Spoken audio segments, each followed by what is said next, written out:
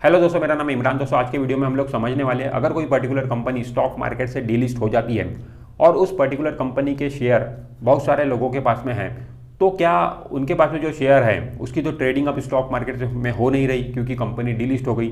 तो ऐसे में उनके पास में जो शेयर है, क्या उन्होंने जो शेयर में पैसा लगाया है वो पैसे उनके डूब गए या फिर पैसा उन्हें वापस मिलेगा, ये आज के वीडियो में हम लोग समझने वाले हैं।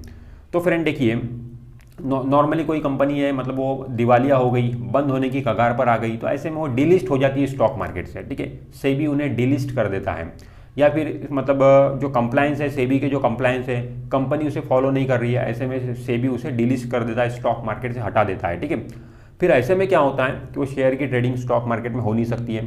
तो जो शेयर होल्डर है उस पर्टिकुलर कंपनी के, वो लोग सवाल पूछते हैं कि हमें पैसा वापस मिलेगा या नहीं मिलेगा।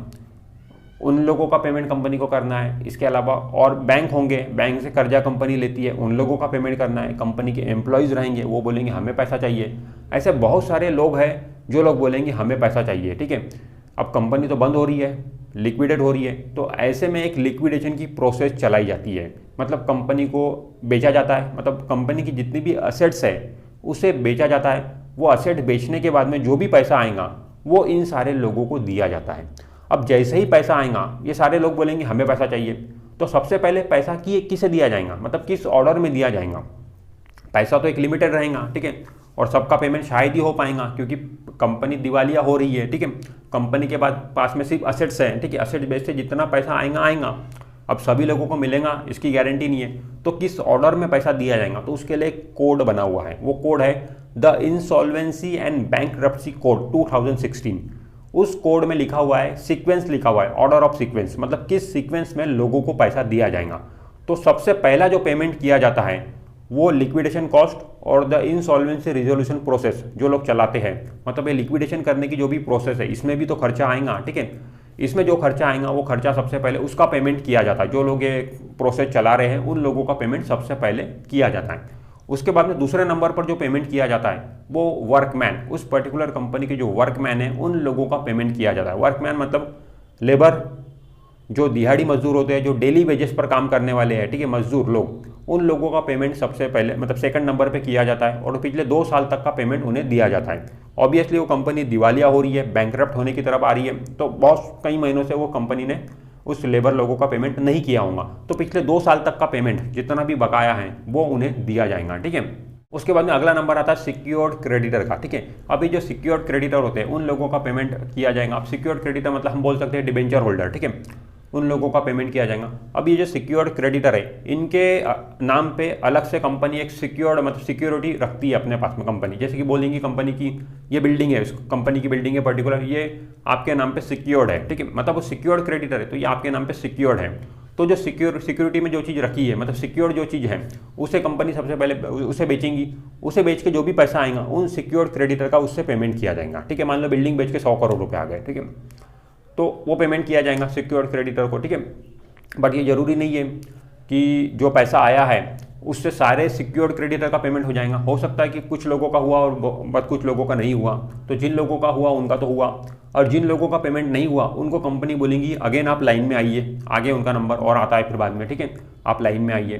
तो इस तरीके से सिक्योर्ड क्रेडिटर का पेमेंट किया जाएगा। फिर उसके बाद अगला नंबर आता है एम्प्लॉयज़ का। वो उस पर्टिकुलर कंपनी के जो एम्प्लॉयज़ है उन लोगों का पेमेंट किया जाएगा पिछले 1 साल तक का। ठीक है, पिछले 1 साल तक का जो भी बकाया है उतना पेमेंट उस पर्टिकुलर कंपनी का किया जाएगा। उसके बाद में अनसिक्योर्ड क्रेडिटर, उसके बाद में अनसिक्योर्ड क्रेडिटर जो है उनका पेमेंट किया जाएगा। ठीक है, अभी आप देख रहे हो कि अभी इतनी यहाँ तक लिस्ट आ गई है, बट अभी तक इक्विटी शेयर होल्डर का नाम आया नहीं है। ठीक है, हम सवाल वही हमने स्टार्टिंग में पूछे थे कि इक्विटी शेयर होल्डर को पैसा मिलेगा या नहीं मिलेगा, अभी तक उनका नंबर आया नहीं है। ठीक है, देखते हैं उनका नंबर कहाँ पर आता है। उसके बाद में अगला नंबर आता है गवर्नमेंट का। स्टेट गवर्नमेंट, सेंट्रल गवर्नमेंट, उनका भी मतलब उनके कुछ चार्जेस होंगे, उनके टैक्सेस होंगे, पेनल्टी गवर्नमेंट लगाती है कंपनी पे, तो वो सारी चीज़ों का पेमेंट कंपनी करेंगी। उसके बाद में अगला नंबर अगेन आता है सिक्योर्ड क्रेडिटर का। अब सिक्योर्ड क्रेडिटर का नंबर पहले भी आया था, अब वापस से आया नंबर। जैसे कि मैंने आपको पहले भी बताया था कि जो मतलब जिन लोगों का पेमेंट पहले हो गया उनका तो हो गया, बट जिन लोगों का पेमेंट पहले नहीं हुआ था, जो कि सिक्योर्ड क्रेडिटर थे, उनका पेमेंट नहीं हुआ था, उन लोगों को पेमेंट अब दिया जाएगा। ठीक है,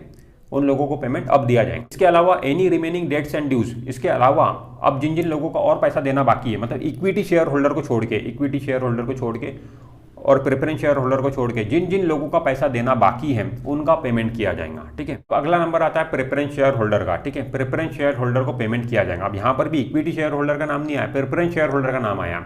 प्रेफरेंस शेयर होल्डर मतलब जिन लोगों के पास में वोटिंग राइट्स नहीं होता है। ठीक है, प्रेफरेंस शेयर होल्डर उनका पेमेंट किया जाएगा और इनको प्रेफरेंस मिलता है। ठीक है, इक्विटी शेयर होल्डर के मुकाबले इनको प्रेफरेंस मिलता है, इसीलिए इनका पेमेंट पहले हो रहा है। ठीक है, इन्हें पेमेंट किया जाएगा। उसके बाद में अगला नंबर आता है इक्विटी शेयर होल्डर का। ठीक है, हम और आपका जो इक्विटी शेयर होल्डर होते हैं कंपनी के या फिर प्रमोटर होते हैं कंपनी के, उनका अगला नंबर आता है। और आप यकीन मानिए ये जो नंबर आया है ये आखिरी नंबर है, इसके आगे कोई अब लिस्ट नहीं है। आखिरी में, सबसे आखिरी में इक्विटी शेयर होल्डर को पैसा मिलता है। अगर कंपनी लिक्विडेट होती है, कंपनी मतलब बैंकरप्ट हो गई है, तो सबसे आखिरी में इक्विटी शेयर होल्डर को पैसा मिलता है। ऑब्वियसली बात है, जो इक्विटी शेयर होल्डर होता है वो उस पर्टिकुलर कंपनी का पार्टनर होता है, एक तरीके से ओनर होता है, ओनरशिप होती है उसके पास में। तो सीधी सी बात है, अगर कोई कंपनी डूब रही है तो सबसे पहले तो वो लोगों का पेमेंट करेंगी, जिन जिन लोगों से उसने पैसा लिया है उनका पेमेंट करेंगी। और वो तो खुद मालक है, ठीक है, वो तो खुद पार्टनर है, उनको अगर पैसा बचेगा तो मिलेगा, अदरवाइज नहीं मिलेगा। तो इसीलिए कंपनी के प्रमोटर्स और कंपनी के जो इक्विटी शेयर होल्डर है उनको पेमेंट सबसे आखिरी में मिलता है। और आप ये यकीन मानिए कि उनको पेमेंट मिलता ही नहीं है, क्योंकि जब लिक्विडेट होती है कंपनी, बैंकरप्ट होती है, जो भी पैसा आता है वो चौथे पाँचवें नंबर तक ख़त्म हो जाता है। Creditor, secured creditor, unsecured creditor तक भी वहाँ तक मिल गया, पहुँचा तो पैसा तो बहुत है, उसके आगे वो पैसा पहुँचता ही नहीं है, क्योंकि कंपनी के पास में पैसा नहीं है। कंपनी बैंकरप्ट हो चुकी है, कंपनी के पास में कितनी एसेट रहेंगी, ठीक है, उतनी एसेट बेच के जिन लोगों का पेमेंट होगा, पर सभी लोगों का पेमेंट होना मुश्किल रहता है। इसीलिए हम नॉर्मली देखते हैं कि जब भी कोई कंपनी स्टॉक मार्केट से डीलिस्ट होती है और जिन जिन लोगों के पास में इक्विटी शेयर होता है उन्हें पैसा वापस नहीं मिलता है, उनका पैसा डूब ही जाता है। और नॉर्मली वो कंपनी डूबती है जिस कंपनी पर बहुत ज़्यादा कर्जा हो। बहुत सारी कंपनी ऐसी होती है जो बहुत ज़्यादा कर्जा ले लेती है, असेट्स, उनकी असेट्स कम है, उससे ज़्यादा उनका कर्जा है। और ऐसे में कई बार सिचुएशन ऐसी आती है कि कंपनी वो कर्जे का रीपेमेंट ठीक से कर नहीं पाती है, और सिचुएशन फिर ऐसी आ जाती है कि कंपनी को बैंकरप्ट होना पड़ता है, फिर कंपनी डूब जाती है। तो जब भी हम स्टॉक मार्केट में निवेश करें तो हमें ये जरूर देखना चाहिए कि उस पर्टिकुलर कंपनी पर कितना कर्जा है। एक लिमिट तक कर्जा ठीक है, ठीक है, कंपनी को कर्जा लेना भी पड़ता है बिजनेस करने के लिए, बट एक लिमिट से ज़्यादा, असेट से ज़्यादा कर्जा, ठीक है, ज़्यादा कर्जे वाली कंपनी के शेयर हमें नहीं खरीदना चाहिए, उसमें बहुत ज़्यादा रिस्क होता है, वो कभी भी डूब सकती है, ठीक है, तो उससे हमें बचकर रहना चाहिए। अब दोस्तों, डीलिस्टिंग भी दो तरह की होती है। ये जो हमने अभी डीलिस्टिंग का एग्जाम्पल देखा, ये पूरे वीडियो में हमने जो डीलिस्टिंग का एग्जाम्पल समझा, वो है कंपलसरी डीलिस्टिंग। कंपलसरी डीलिस्टिंग मतलब सेबी का डंडा वहाँ पे चलता है, सेबी के द्वारा कंपनी को डीलिस्ट किया जाता है, कंपनी को बाहर किया जाता है। कंपनी अपने रूल्स एंड रेगुलेशन को फॉलो नहीं कर रही है, कंप्लायंस को फॉलो नहीं कर रही है, तो कंपनी को वहाँ कंपनी परफॉर्म नहीं कर रही है, तो कंपनी को डीलिस्ट वहाँ से सेबी के द्वारा जो डीलिस्ट हो रही है, कंपलसरी डीलिस्ट हो रही है, तो ऐसे में शेयर होल्डर का पैसा डूब जाता है, जो हमने अभी एग्जाम्पल में समझा। इसके अलावा दूसरी डीलिस्टिंग जो होती है वो होती है वॉलेंटरी डीलिस्टिंग। वॉलेंटरी डीलिस्टिंग में क्या होता है कि कंपनी खुद अपने आप को डीलिस्ट करती है स्टॉक मार्केट से, और उसमें शेयर होल्डर का पैसा डूबता नहीं है, शेयर होल्डर को पैसा वापस मिल जाता है। कंपनी बोलती है कि आपके पास में जो भी शेयर है हमें आप वापस दे दीजिए शेयर, बदले में कंपनी उनको पेमेंट कर देती है।